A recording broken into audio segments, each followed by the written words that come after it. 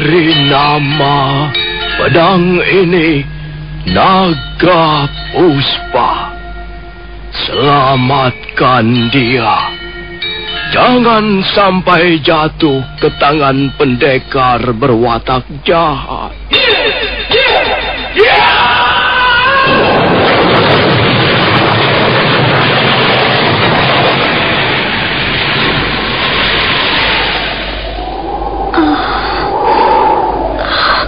Kakang Kamandanu, kau masih juga tidak percaya bahwa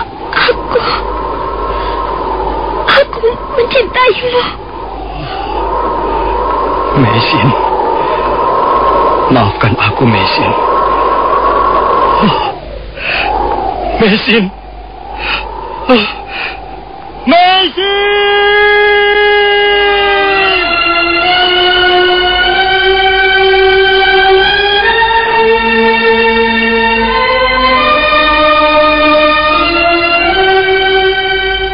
Tutur Tinula.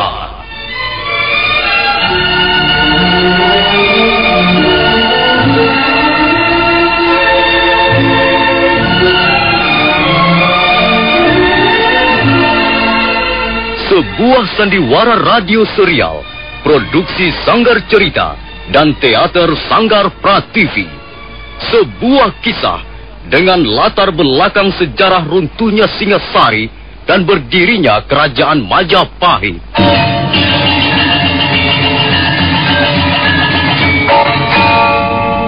Sandiwara ini didukung oleh pemain-pemain radio yang sudah ternama. Ferry Fadli, Ivone Rose, dan Eli Ermawati.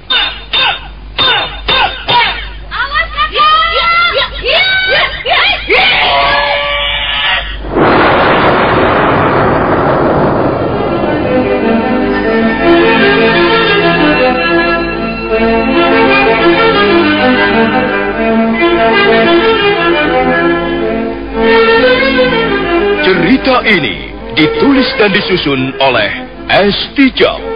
Teknik dan montase dikerjakan oleh Rudi Tinangon dan Joko SP. Sutradara A.J. Udoro. Kali ini mengetengahkan episode kelima dengan judul Perguruan Lobanda.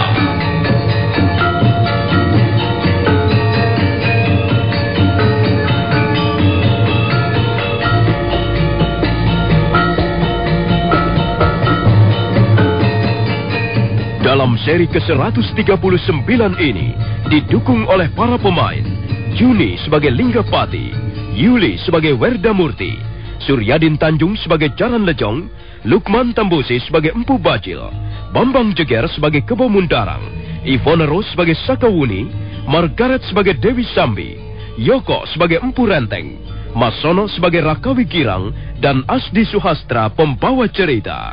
Selamat menikmati.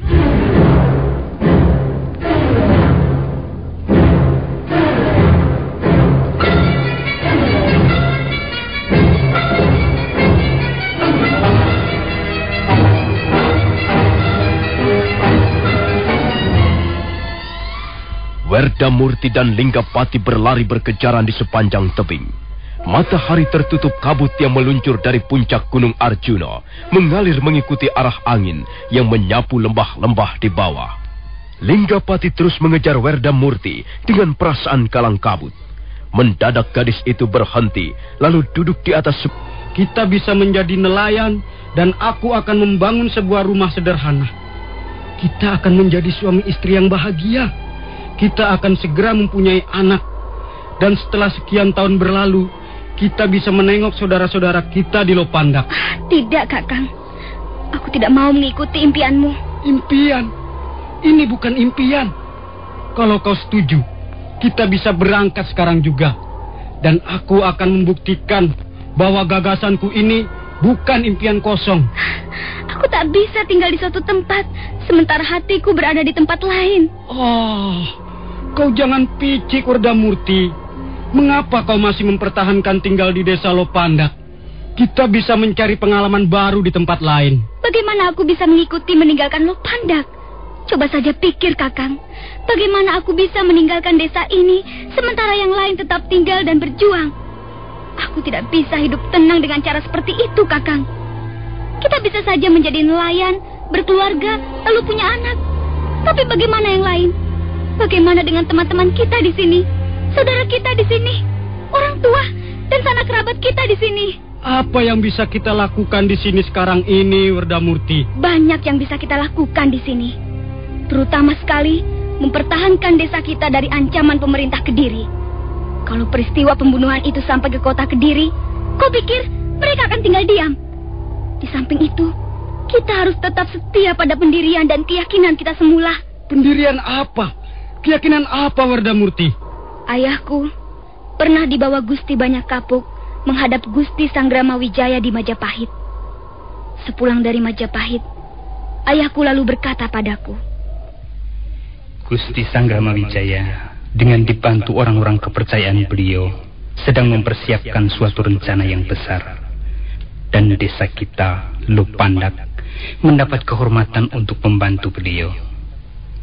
Pemerintah Kediri tidak bisa dibiarkan hidup terlalu lama. Harus ada suatu tatanan masyarakat baru yang tidak ada lagi sewenang-wenang dan yang memperhatikan hak asasi seluruh rakyatnya serta menjanjikan suatu kehidupan yang lebih mantap, adil dan makmur secara merata. Itulah cita-cita Gusti Sanggrama Wijaya yang menurut pendapatku juga menjadi cita-cita seluruh manusia yang menghuni bumi Japa ini. Kita harus mendukung cita-cita yang luhur ini. Lopandak akan kuserahkan habis-habisan untuk mewujudkan cita-cita ini. Mungkin apa yang bisa diberikan Lopandak hanyalah sekelumit pengabdian. Tapi kita harus bangga bahwa kita telah ikut ambil bagian, betapapun kecil nilainya, untuk membangun Majapahit.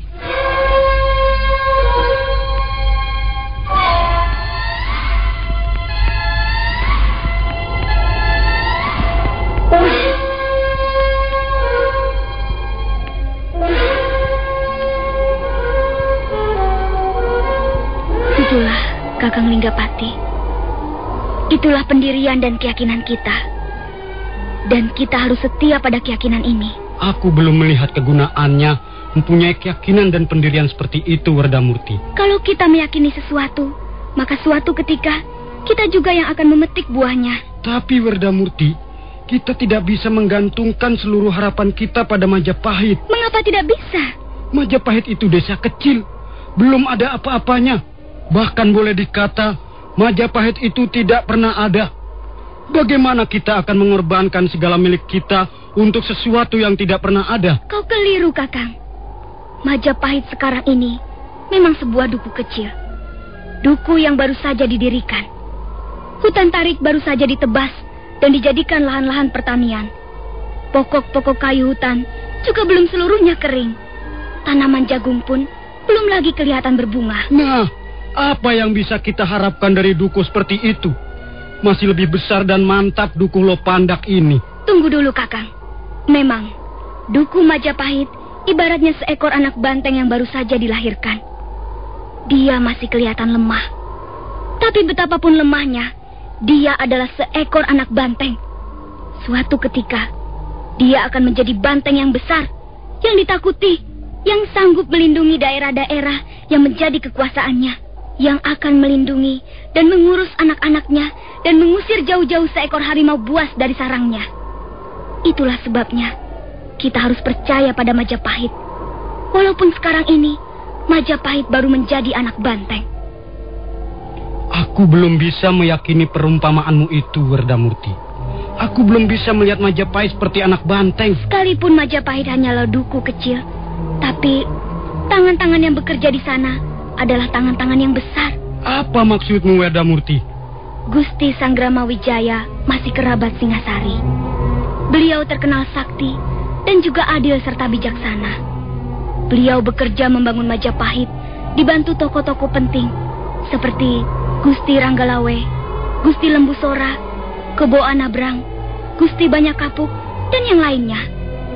Bahkan Gusti Banyak Kapuk sudah kita kenal dengan baik semenjak beliau ditunjuk menjadi pelatih ilmu kanuragan di Lopandak. Tapi, ya, semua itu tergantung kau sendiri, Kakang. Aku tidak akan memaksa, juga tidak bermaksud membujuk atau mempengaruhimu. Kau bebas memilih.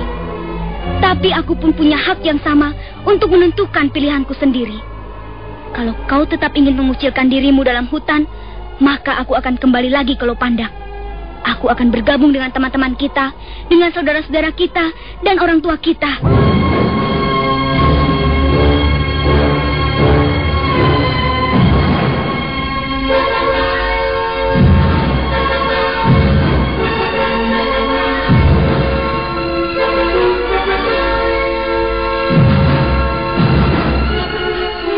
Sementara itu, Jaran Lejong setelah peristiwa pembunuhan di pagar Gunung Batu masih dalam perjalanan menuju Jasun Wungkal. Pendekar bekas rampok itu mengendarai kudanya bagaikan diuber setan. Beberapa orang prajurit Kediri yang berjaga di sepanjang jalan ke rumah Empu Bajil sampai melongo keheranan.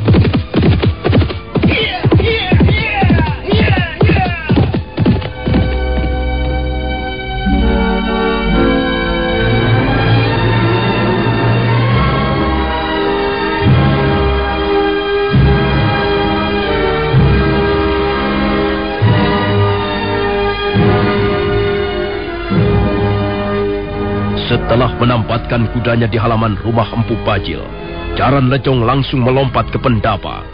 Di ruang pendapa, nampak Empu Bajil sedang berbicara dengan Kebo Mundarang. Hadir dalam pembicaraan itu Dewi Sambi, Empu Renteng dan Sakawuni. Mereka agak terkejut ketika melihat Jaran Lejong terkopoh-kopoh datang menghadap. Ampun Tuanku Bajil, saya akan melaporkan sesuatu yang sangat penting. Siapa dia, Kakang Bajil? Dia Jaran Lejong, Gusti Patih. Dia dan seorang temannya saya tugasi memimpin pasukan pengamanan di Jasun Wungkal dan sekitarnya selama saya berada di Kediri tempo hari. Ada apa, Jaran Lejong? Ampun Tuan Bajil, selama 2 hari ini saya dan Kakang Jaran Bangkal mengadakan perjalanan keliling ke desa-desa sekitar Jasun Wungkal. Kami kemudian sampai di desa di balik punggung Gunung Arjuno. Desa itu bernama Lopandak, Tuan. Lopandak? Apa ada desa yang bernama Lopandak? Rasanya baru sekarang ini aku mendengarnya. Kakang Bajil, memang ada desa yang bernama Lopandak. Tapi bukankah desa itu desa kecil? Betul Tuan Renteng. Lopandak memang desa kecil. Lurahnya bernama Rakawigirang. Desa itu letaknya agak jauh dari desa-desa lain, di sebelah selatan Gunung Arjuno. Jaran Lejong? Iya Tuan. Laporkan saja hal-hal yang penting. Jangan bicara ngelantur tentang desa yang bernama Lopandak. Baik Tuan Bajil. Jaran Lejong lalu menceritakan apa yang dialaminya di desa Lopandak. Tentang suasana di desa itu yang nampaknya mencurigakan. Terutama sekali tentang perkelahiannya di pagar Gunung Batu. Sehingga Jaran Bangkal terbunuh.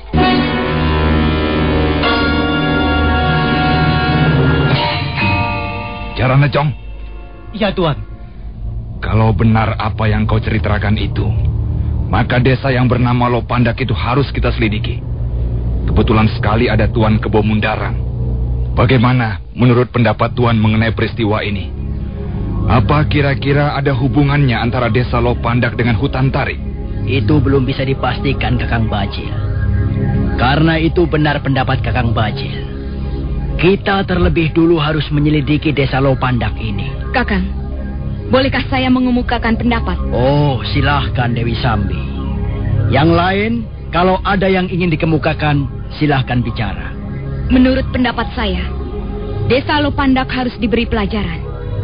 Warga desa itu sudah berani membunuh salah seorang pendekar golongan kita. Itu berarti mereka bersikap menentang pada pemerintah Kediri.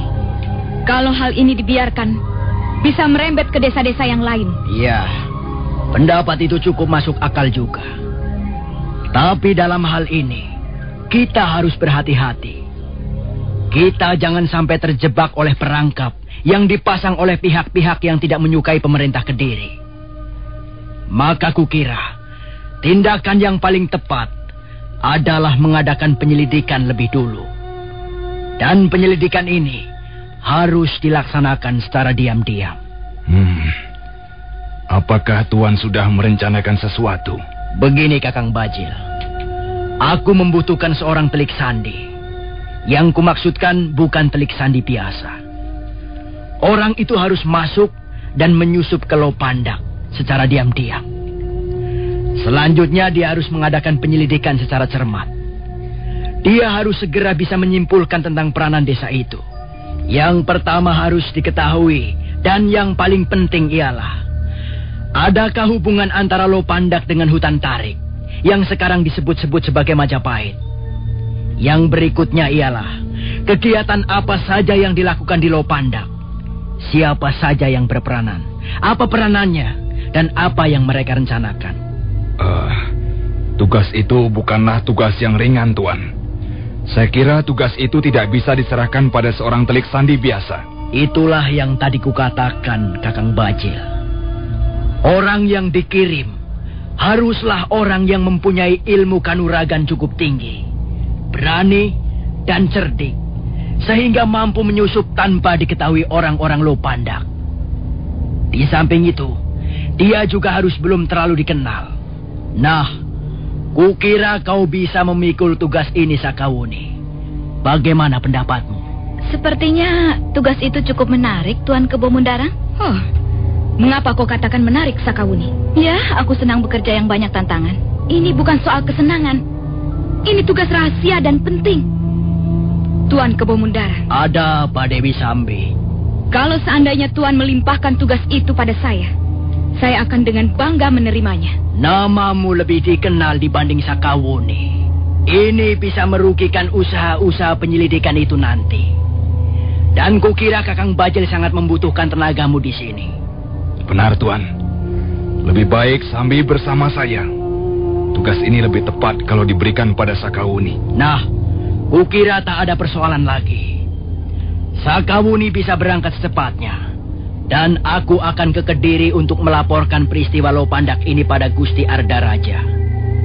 Tapi ingat, Sakawuni, kami semua percaya padamu. Tugas ini merupakan tugas penting dan terhormat. Karena itu, kau jangan menyia-nyiakan tugas ini, apalagi mengkhianatinya. Kalau sampai terbukti kau tidak setia pada pemerintah Kediri, kau akan menjadi buron seumur hidupmu.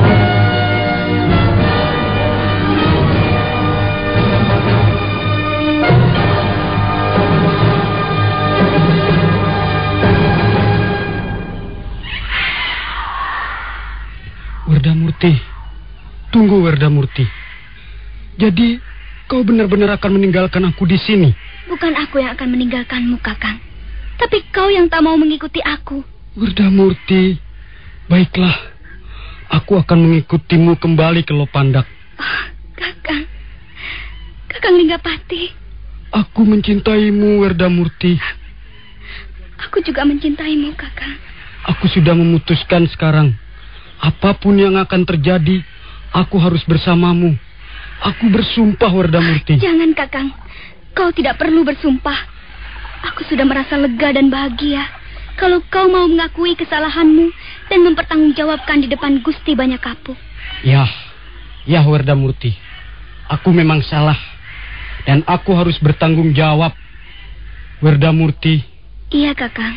Apakah suatu ketika nanti kita akan berhasil mewujudkan cita-cita kita? Mudah-mudahan saja, Kakang. Sekarang ini belum saatnya membicarakan cita-cita pribadi. Kita harus berjuang keras membantu cita-cita yang lebih luhur. Kalau suatu ketika nanti ada sebuah negara yang bernama Majapahit, yang aman tentram, yang adil dan makmur, gemari Palo Jinawi, yang rajanya dan rakyatnya bersatu padu, apakah kau mau meminang aku, Kakang Linggapati? Oh, Werdamurti, aku sudah tidak sabar lagi menunggu saat-saat seperti itu. Kau harus sabar, Kakang.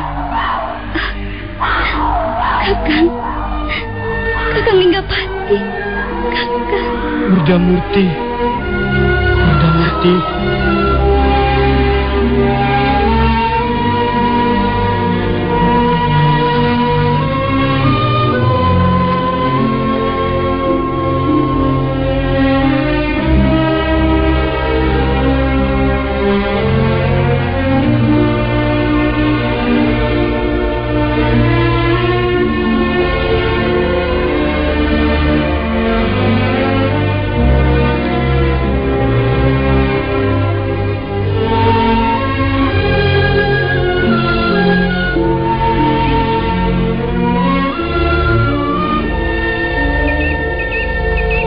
Werdamurti. Werdamurti. Oh, aku rupanya tertidur ya, Kakang. Ya, kau tertidur di pangkuanku. Lihat, matahari sudah semakin condong ke arah barat. Iya, waktu cepat berlalu. Sudah sore. Rapikanlah rambutmu, lalu kita berangkat ke Lopandak.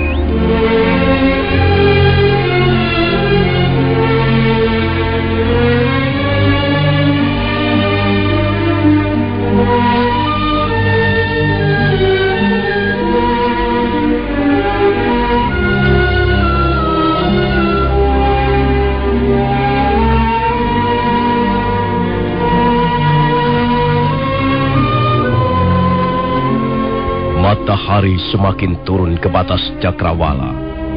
Sinarnya lemah membelai pucuk-pucuk pohon randu.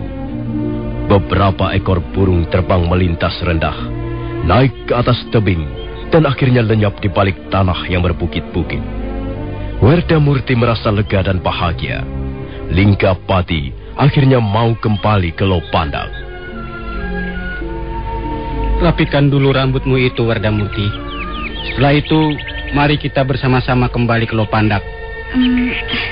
Kakang Linggapati, tolong kau rapikan rambutku ini. Rambutmu hitam sekali. Lemas, hitam dan berombak. Banyak gadis berambut hitam, lemas dan berombak. Tapi, bukankah Werdamurti hanya satu? Dan aku tahu, Kakang. Mungkin saja bagimu Werdamurti ada 2, 3, atau 4. Kalau Werdamurti ada 4, tentu akan sulit memilih salah satu di antara mereka. Rupanya sudah sore, Kakang. Aku takut kemalaman di hutan. Marilah kita pulang sekarang. Oh iya, kita pulang ke rumah atau langsung ke lereng Girinata? Sebaiknya kau pulang ke rumahmu dulu, Kakang. Kau temui dulu ayahmu. Aku akan menunggu di rumahku. Mengapa tidak langsung saja kita ke lereng Girinata?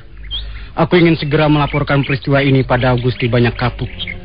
Kukira malam ini ayahku dan ayahmu pasti tidak akan ada di rumah. Kalau kau berpendapat begitu, baiklah. Kita langsung saja ke lereng Girinata.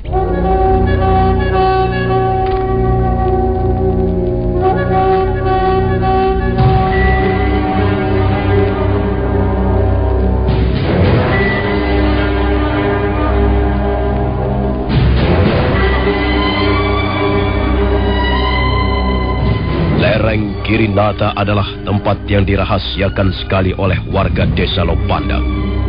Lereng itu sangat terjal dan sukar dicapai, dan merupakan suatu tempat yang tersembunyi. Di belakang lereng itu terdapat sebuah lapangan yang cukup luas.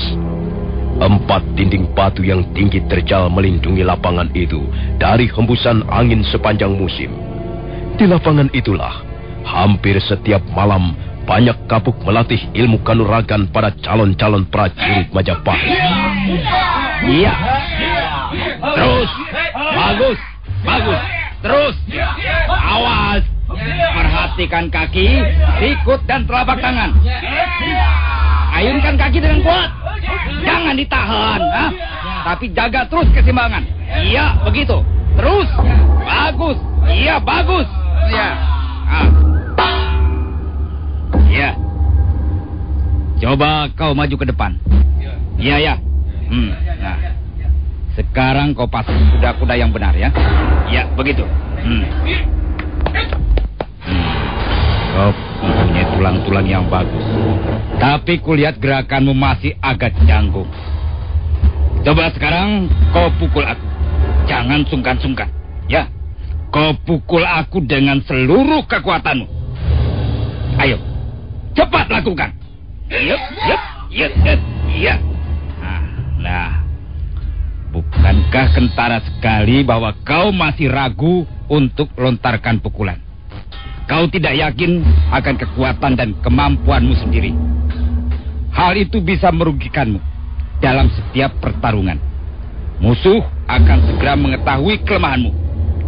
Dan jika musuh sudah mengetahui letak kelemahan kita, sudah bisa membaca gerakan kita, maka artinya kita sudah kalah sebelum pertarungan selesai. Perhatikan ini baik-baik. Sekarang coba, anak-anak dari desa Lopandak berdiri di sebelah sana. Ya, sana. Ya, anak-anak dari Hamba di sebelahnya. Nah, kalian anak-anak dari Kapulungan di sebelah timur. Ya. Anak-anak dari Pajarakan, Pongging dan Jongan di sebelah barat. Gusti. Ada apa, Kegak Salih? Mengapa kau datang terlambat? Hamba ditahan Ki Lurah Rakawigira, Gusti. Ditahan bagaimana maksudmu? Hamba disuruh melaporkan pada Gusti Banyak Kapuk. Sekarang Ki Lurah menunggu Gusti di luar. Katanya ada berita penting yang akan beliau sampaikan pada Gusti. Loh, mengapa tidak kau suruh masuk saja? Entahlah Gusti, beliau tidak mau masuk. Katanya berita ini agak rahasia sifatnya. Begitu. Baiklah. Nah, kalian boleh istirahat sebentar. Nanti latihan jurus berikutnya akan kita mulai lagi. Ya, sekarang kalian boleh latihan sendiri-sendiri jurus yang sudah aku ajarkan kemarin dan kemarin lusa.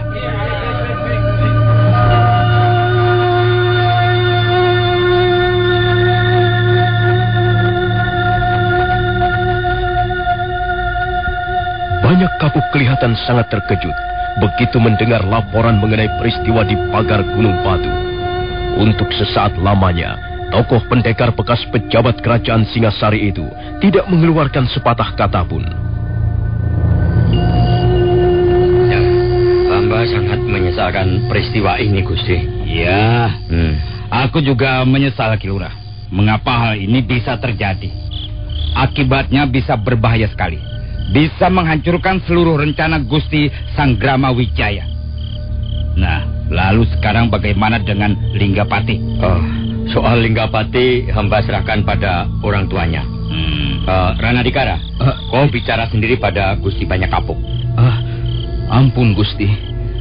Hamba mohon ampun atas kelakuan Linggapati anak hamba.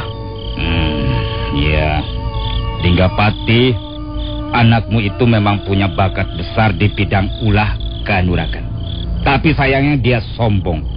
Dan nampaknya juga kurang bisa mengendalikan dirinya. Hamba sudah berulang kali memperingatkannya, Gusti. Dia memang brutal. Tapi hamba sudah sering kali memperingatkannya. Jangan sombong.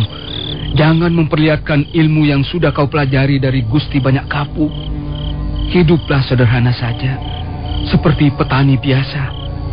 Tapi anak hamba itu memang bengal. Rupanya dia tidak mau mendengarkan kata-kata hamba.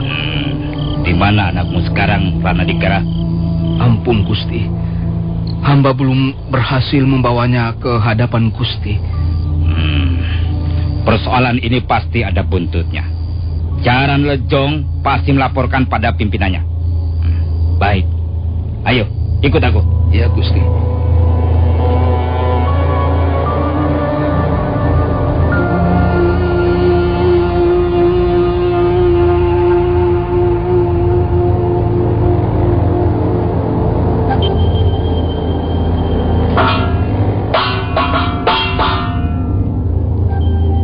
Coba kalian dengarkan baik-baik.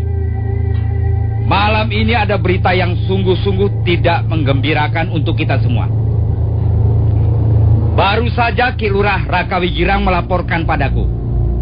Linggapati, anak Ranadikara, dan 8 orang temannya telah melakukan kesalahan yang amat besar yang bisa membahayakan kita semua. Bahkan bisa membahayakan kedudukan Gusti Sanggrama Wijaya di Majapahit. Linggapati dan 8 orang temannya itu telah berani melanggar larangan yang sudah berkali-kali kukatakan di tempat ini. Mereka telah lupa diri. Mereka telah terbawa nafsu hingga timbullah pertumpahan darah. Linggapati dan teman-temannya itu telah berani mencegat 2 orang pendekar Kediri dan menyerang mereka di pagar Gunung Batu. Nah, akibatnya 9 orang menemui ajalnya, termasuk salah seorang di antara 2 pendekar Kediri itu. Ya, kejadian ini benar-benar sangat kusesalkan. Dan sekarang Linggapati kabur. Nah, bukankah ini sikap seorang pengecut? Aku mengajari kalian ilmu kanuragan bukan untuk sombong-sombongan, bukan untuk pamer, juga bukan untuk berkelahi murahan. Aku mengajarkan ilmu ini agar kalian nanti menjadi prajurit-prajurit Majapahit yang tangguh, yang bisa diajak menggempur musuh. Nah, baiklah. Orang yang bersalah wajib dihukum. Tapi aku bisa berbuat apa kalau orang yang harus dihukum nyatanya tidak ada? Gusti, biarlah hamba saja yang mewakili anak hamba. Biarlah hamba yang memikul hukumannya, Gusti. Tidak, Ranadikara. Bukan kau yang seharusnya dihukum. Akulah yang sepantasnya mewakili Linggapati. Aku orang tuanya, Raka Wigirang. Akulah yang harus menggantikan hukuman itu. Perbuatan tercela yang dilakukan anak adalah menjadi tanggung jawab orang tuanya. Tapi ingat, Ranadikara, aku kepala desa Lopandak. Akulah yang harus bertanggung jawab atas warga desa ini. Aku lebih berhak mewakili anakmu, Ranadikara. Terima kasih, Raka Wigirang. Ketulusan dan sikapmu sangat mengharukan hatiku.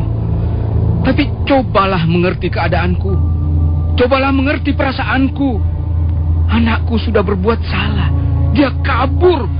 Dan sekarang orang lain yang harus menanggung akibatnya. Aku bukan orang lain, Ranadikara. Aku kepala desamu. Akulah yang harus bertanggung jawab atas segala peristiwa yang terjadi di Lopandak. Tidak, Raka Wigirang. Lebih baik aku mati daripada harus menyaksikan kau dihukum gara-gara anakku. Oh, Gusti, biarlah hamba saja yang mewakili anak hamba, Gusti. Hukumlah hamba, orang tua yang tidak becus mendidik anak ini. Hukumlah hamba, kalau perlu bunuhlah hamba. Tidak, jangan, Ayah.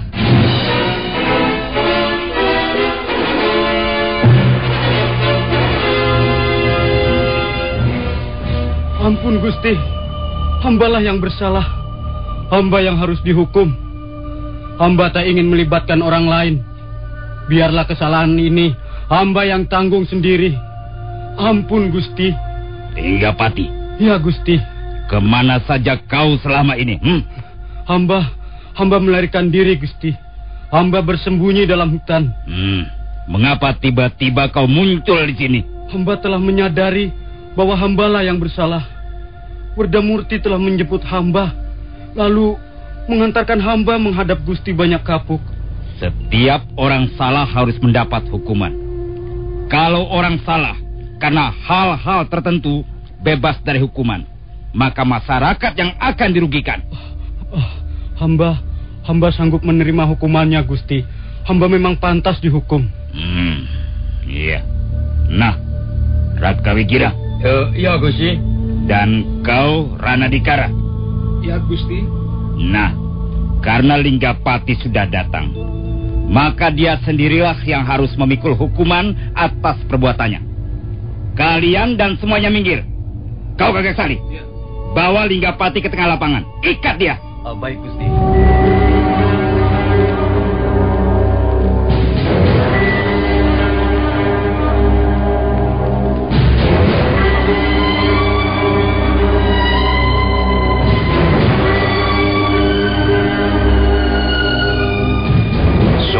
Pemuda berbadan kekar segera membawa Linggapati ke tengah lapangan.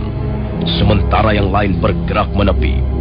Mereka lalu berdiri berjajar di sepanjang dinding tebing. Linggapati diikat di sebuah tonggak kayu. Inilah contoh seorang calon prajurit yang tidak baik.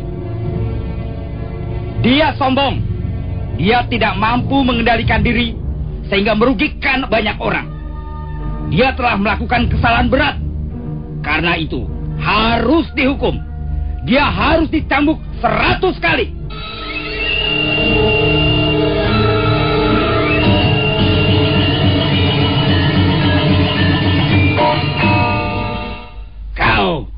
Kau maju ke depan. Bukan kau. Kau yang kumaksudkan. Iya. Gadis yang tadi membawa Linggapati yang kumaksudkan. Iya, Gusti. Ini ada rotan hitam. Kau cambuk laki-laki itu supaya jera. Supaya dia tidak mengulangi lagi perbuatannya.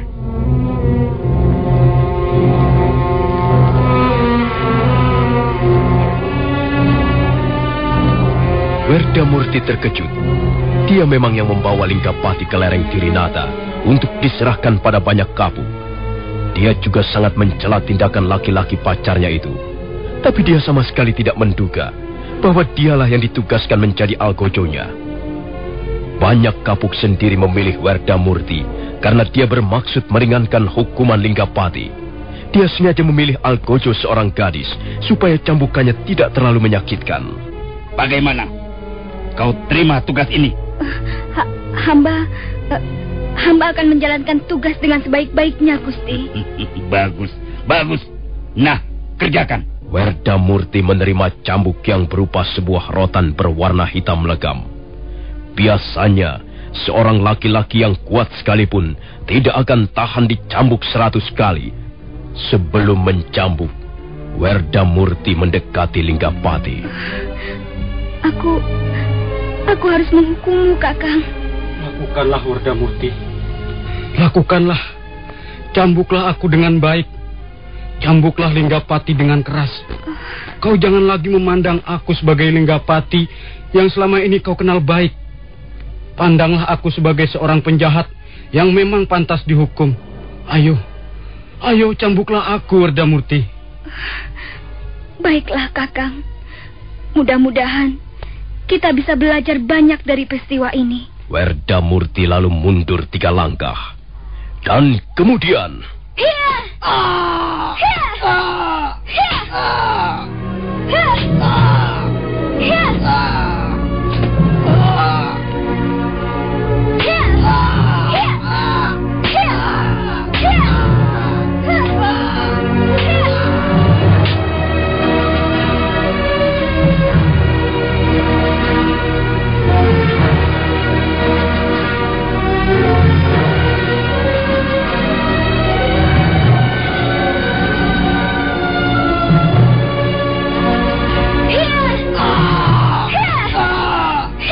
Werdamurti terus mencambuk punggung Linggapati. Kini rotan hitam itu sudah mulai menyobek kulit Linggapati. Darah mulai merembes keluar. Linggapati merasakan sakit yang luar biasa. Sampai tubuhnya bergoyang-goyang dan wajahnya mengkerut. Werdamurti menggigit bibirnya setiap kali mendengar Linggapati menjerit kesakitan. Aku harus melakukannya, Kakang. Terus, cambuklah aku, Werdamurti. Jangan bimbang, cambuklah aku. Maafkan aku, Kakang. Bukan kau yang kucambuk, tapi perbuatanmu, kesalahanmu. Ya, cambuklah lebih keras lagi. Aku memang laki-laki yang bodoh. Aku pantas dicambuk oleh gadis yang paling kucintai. Cambuklah lebih keras lagi, Werdamurti. Kakang, tentu sakit sekali rasanya. Tentu pedih sekali rasanya punggungmu.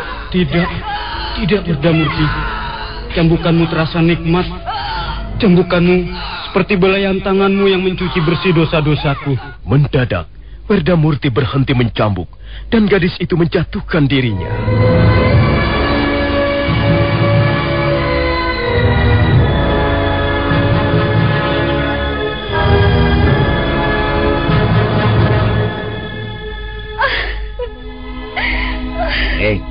Mengapa kau berhenti mencambuk?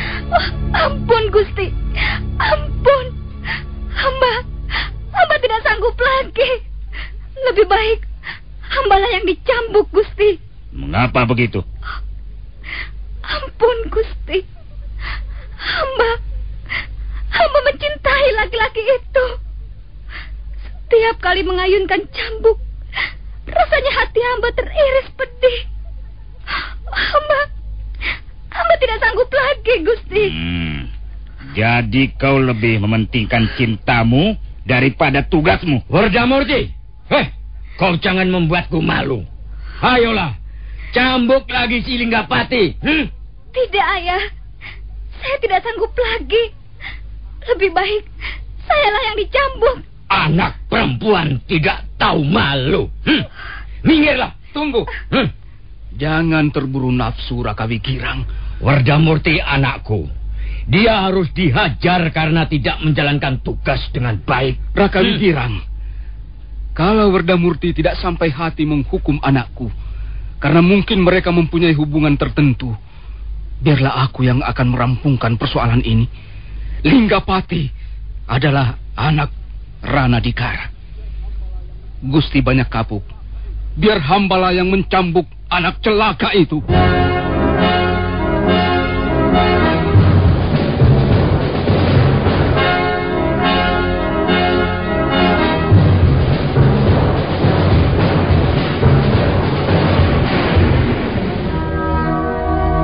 Suasana di lapangan menjadi hening dan sepi.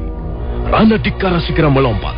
Dan sekejap kemudian, saudara pendengar, silakan menunggu seri berikutnya. Sampai jumpa.